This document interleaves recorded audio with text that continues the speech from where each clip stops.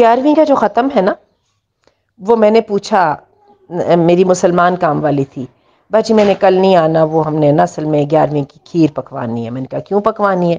وہ جی ہم نے ختم دلوانا ہے۔ میں نے کہا کیوں دلوانا ہے؟ جی اللہ کے لیے دلوانا ہے۔ میں نے کہا کہ اللہ کے لیے دلوانا ہے تو 11ویں کو ہی کیوں دلوانا ہے؟ وہ جی وہ 11ویں والے پیر صاحب کے لیے کے نام سے نا۔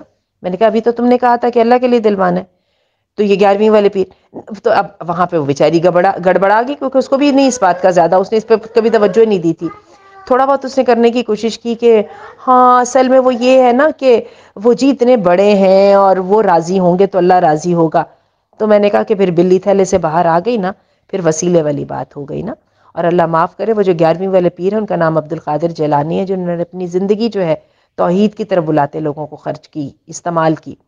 اور جو ان کی زندگی سے ہمیں ملتی ہیں نا توحید کے بارے میں شہادتیں اور گائیڈنس، وہ شاید کسی اور سے نہیں ملتی ہیں۔ اور ان کو نام کیا دیا گیا ہے؟ غوث اعظم۔ غوث اس کو کہتے ہیں جو آپ کی فریاد کو پہنچتا ہے۔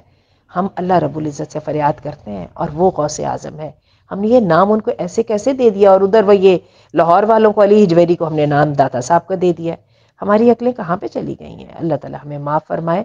یہ باتیں بہت توجہ کرنے والی ہیں۔ رمضان وہ اس میں 10ویں محرم پہ سبیلیں لگی ہوتی ہیں، لکھا ہوتا ہے نظر اللہ نیاز حسین۔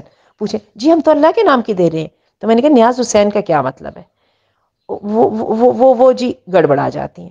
اور کوئی کہتا ہے ثواب ان کو پہنچے، سیدھی سیدھی بات ہے۔ جن لوگوں نے یہ رجب کے کنڈے اور یہ سب چیزیں متعارف کروائے تھے، انہوں نے ان کے نام سے متعارف کروائے تھے، اور جو غیر اللہ کے نام پہ دیا جاتا ہے وہ سور کے گوشت کی طرح حرام ہے، خواہ وہ گوشت ہے بھی یا نہیں۔